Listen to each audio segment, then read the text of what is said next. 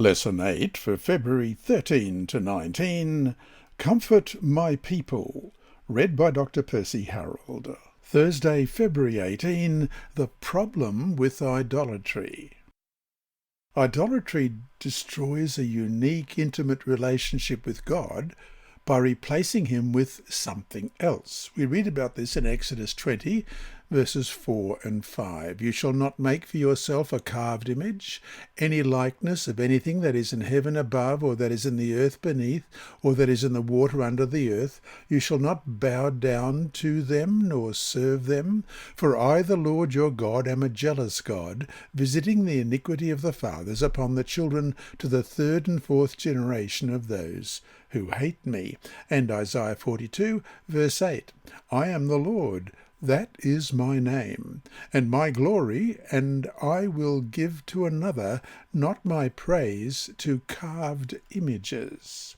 So, prophets refer to idolatry as spiritual idolatry, as in Jeremiah 3, verses 6 to 9. The Lord said also to me in the days of Josiah the king, Have you seen what backsliding Israel has done? She has gone up on every high mountain and under every green tree, and there played the harlot.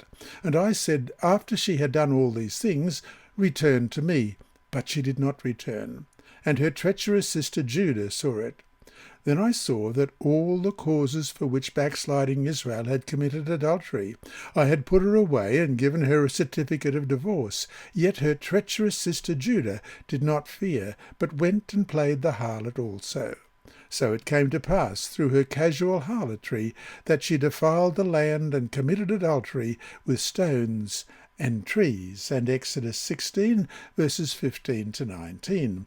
But you trusted in your own beauty, played the harlot because of your fame, and poured out your harlotry on everyone passing by who would have it.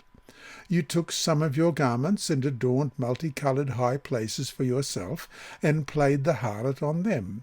Such things should not happen nor be.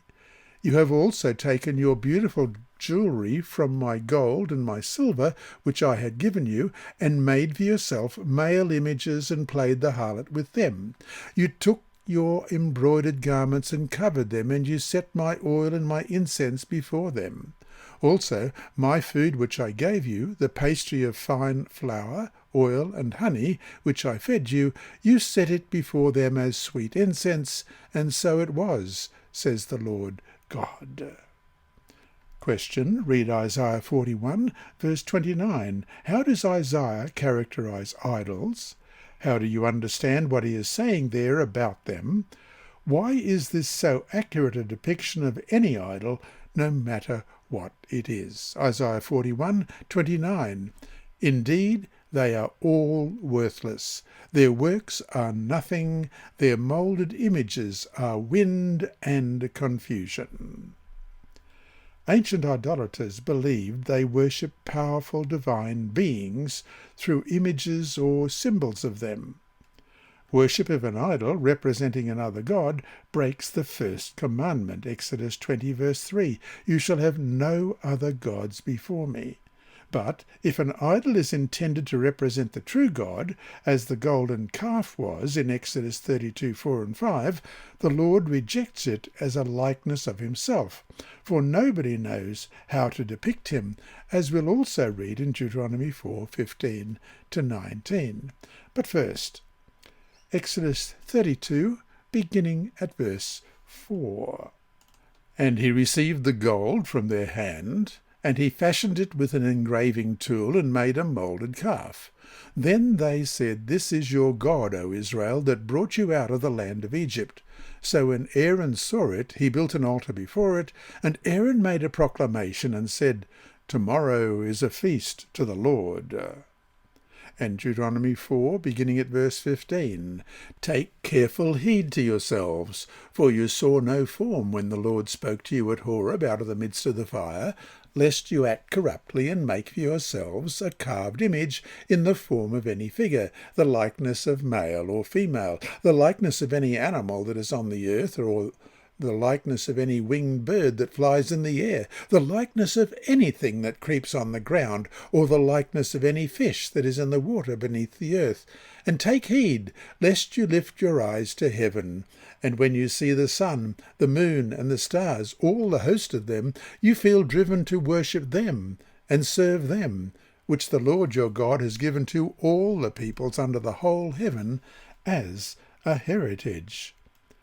Thus, an idol itself functions as another god, and worshipping it breaks the first and second commandments.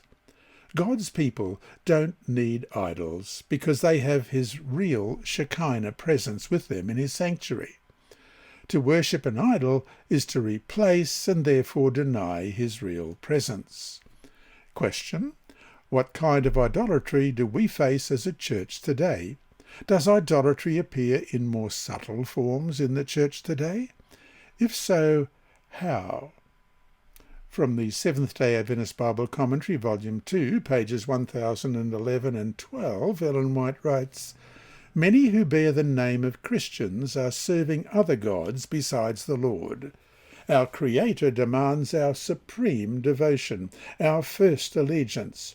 Anything which tends to abate our love for God or to interfere with the service due to him becomes, therefore, an idol." End of quote. We know from ancient writings that idolatry was attractive because it was about materialism. Using modes of worship people could relate to, idolaters honoured forces they believed could give them fertility and prosperity. It was self-help religion. Sound familiar?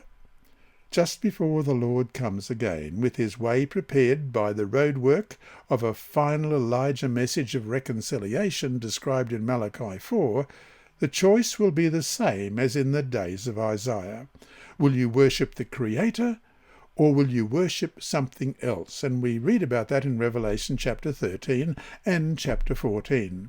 For in the end, we always worship something. Hi there. Thanks for watching this video on the Advent-band Ministries YouTube channel. Please subscribe and click the bell icon to be alerted whenever we upload new videos. So, until we meet him in the clouds, may God continue to bless you. This lesson was read by Dr. Percy Harrold for Christian Services for the Blind. It's supported by the Sabbath School Department and Hope Channel Australia, and is rebroadcast by Christian Record Services and through podcasts at It Is Written in the United States, Hope Channel Germany, and through Apple iTunes and SoundCloud. Remember, God is always faithful.